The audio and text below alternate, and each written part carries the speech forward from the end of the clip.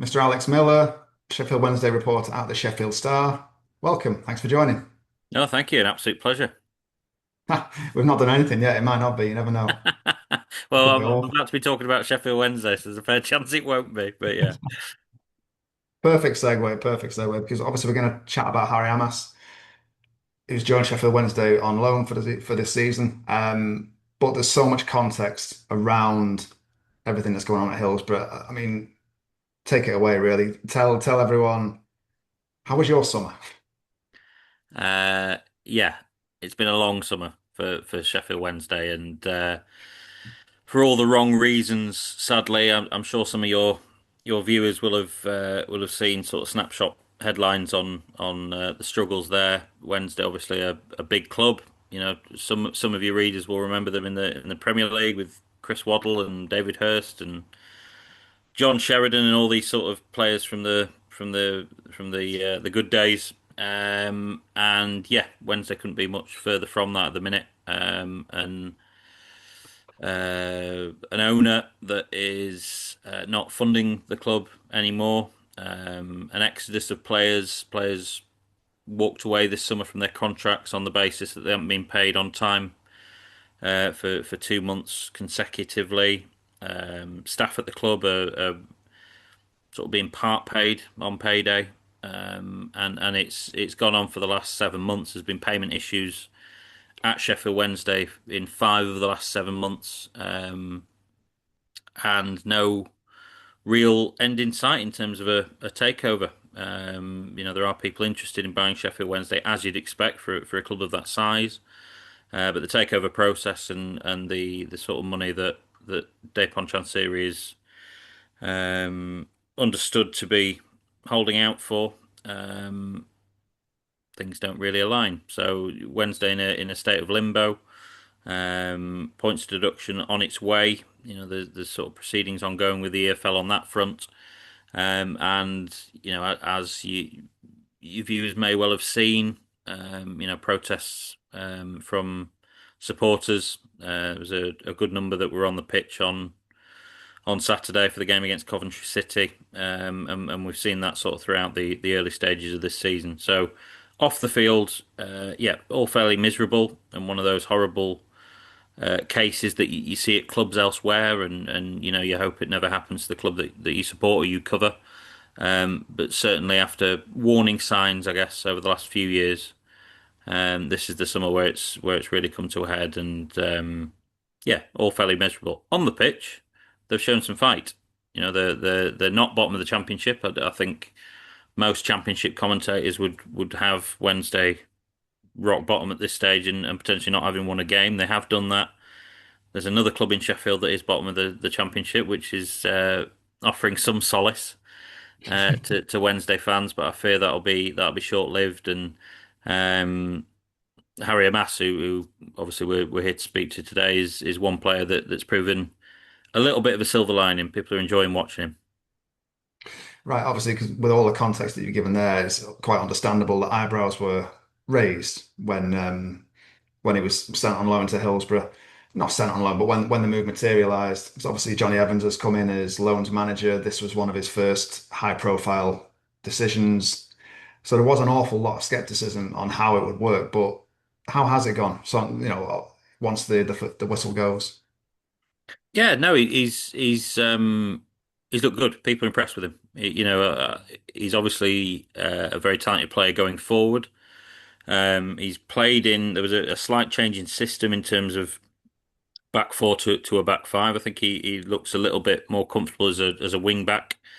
And all the noises around the time of the sort of will he, won't he in terms of the signing were that United had a few things in mind around the deal. One of which was playing at a big club with big club pressure, and that's something that Sheffield Wednesday, particularly in the current circumstances, will always have. Henrik Pedersen, the Wednesday manager, is very highly rated. He could have moved on in the summer to become assistant manager at Brentford, so that's sort of a marker of how highly he's rated in sort of those upper echelons of football. And so obviously that was attractive. But also we gather that United were very keen on Harry really honing in on his defensive skills and all his stuff against the ball. And frankly, for all the reasons that we've spoken about, he's going to get plenty of opportunity to do that at Sheffield Wednesday. But yeah, no, he's been, as I say, a ray of light. Obviously, he's not Wednesday's player. Wednesday were only able to bring in two players in a summer that saw the vast majority of the senior squad move on, either sold or walked away from the contracts or whatever it might be. So there has been a bit of a spotlight on Harry as the lone outfield signing, and he's handled it well. It's been ups and downs as you'd imagine for a young man. Saturday was a tough day for everyone involved. 5-0 defeat to Coventry, fan protests interrupting the game. Um, and he was one of many that just looked exhausted. He's not used to playing um, this amount of football, with the intensity of a senior game and the crowds that come with it and all the rest of it. But yeah, on the whole, people are very impressed with him. I mean, you send an 18-year-old lad out to the championship, a defender out to the championship, you want him to have a range of experiences, don't you? He's certainly having that. It was a nightmare debut, essentially, wasn't it? On paper, at least, it's, an own goal, 3-0 defeat. But one thing about Harry is known for is confidence. It's pretty much unbreakable confidence. So he's bounced straight back from that, hasn't he? Yeah, it was really impressive. I've got to admit, as I say, the start of the season there is always a focus on the new players, isn't there? And because there aren't any at Sheffield Wednesday, I think Harry bore the brunt of sort of the light being shined in his eyes and what have we got here? And it was a really unlucky own goal. The Yeah. ball sort of span in off his mush essentially, and it was a tough afternoon for Wednesday. But what was impressive during that game is how quickly he moved on from it, Yeah. and put on a really solid performance. As I say, going forward, seems to have developed a bit of an understanding with Barry Bannon. He's a player that some of your viewers may be familiar with, and seems to be learning a lot there. Max Lowe's just inside him. He played in the Premier League with Sheffield United actually, but yeah, he's developing that understanding. And what I'd say is that example as a kickoff, but throughout his very young Owl's career so far, he doesn't look like an 18-year-old No. in the way that he's playing. There are periods of matches where he has sort of had the run around a little bit defensively.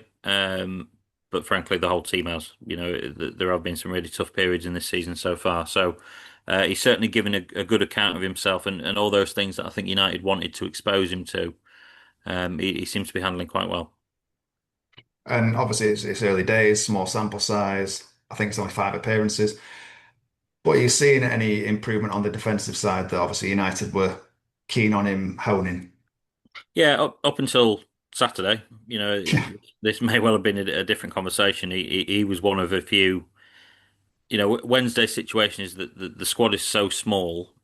They went three unbeaten running into Saturday's game. They played a really brutal, grueling draw at Birmingham City on the Tuesday night, and the manager wasn't able to make any changes. Watching them walk on off the pitch at St Andrews, that was a team that was exhausted mentally. They conceded a 99th minute equaliser, and that was a team that you're looking at and you're going in brighter times. There's probably five or six changes there going into the Saturday. They weren't able to do that.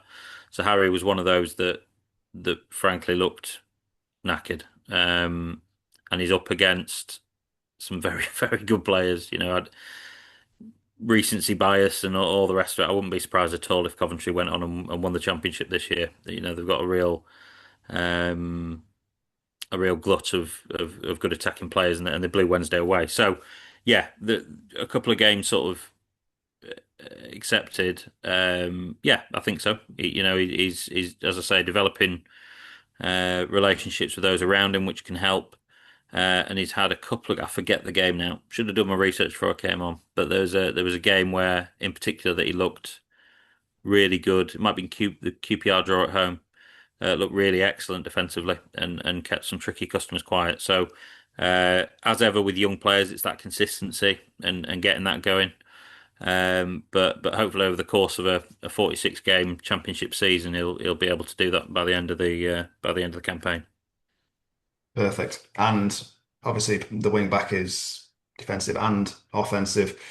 Looking good going forward as well. Yeah, yeah. When he's able to get forward,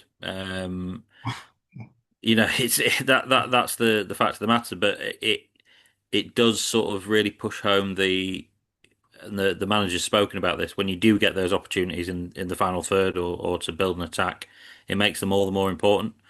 And he's had games where he's clearly been instructed maybe to not bob on quite so freely. But the games that he has been able to get forward, he's looked really good. He's got a lovely sort of arcing ball down the line. And when he's able to hit that byline, he has been effective as well. Just flicking through the old memory bank, I think that I can see a few decent crosses into the back post and that sort of thing. So he's quite intelligent with how he uses the ball. And yeah, like I say, he's been certainly one of the brighter efforts, I'd say, from Wednesday this season. Brilliant. Well, fingers crossed that the whole team can go and recharge during the international break, and as well, from purely your perspective, that things calm down a little bit over the next few months, and it's a nice calmer end to the season. But we'll Yeah, see. I wouldn't expect that too much. I think the bottom line is, for everyone around it, including Harry, until there's a sale of the club, this thing's going to roll on. So, um, if everyone wants to get their Christmas wish and Wednesday were to head into January with a new ownership and perhaps the opportunity to sign some more players, then I think you'd see even more from Harry Amass with sort of players around him of high quality and the ability to refresh the squad and all the rest of it. Fingers crossed, as we say. Alex, thank you so much for your time. Top man. Absolute pleasure.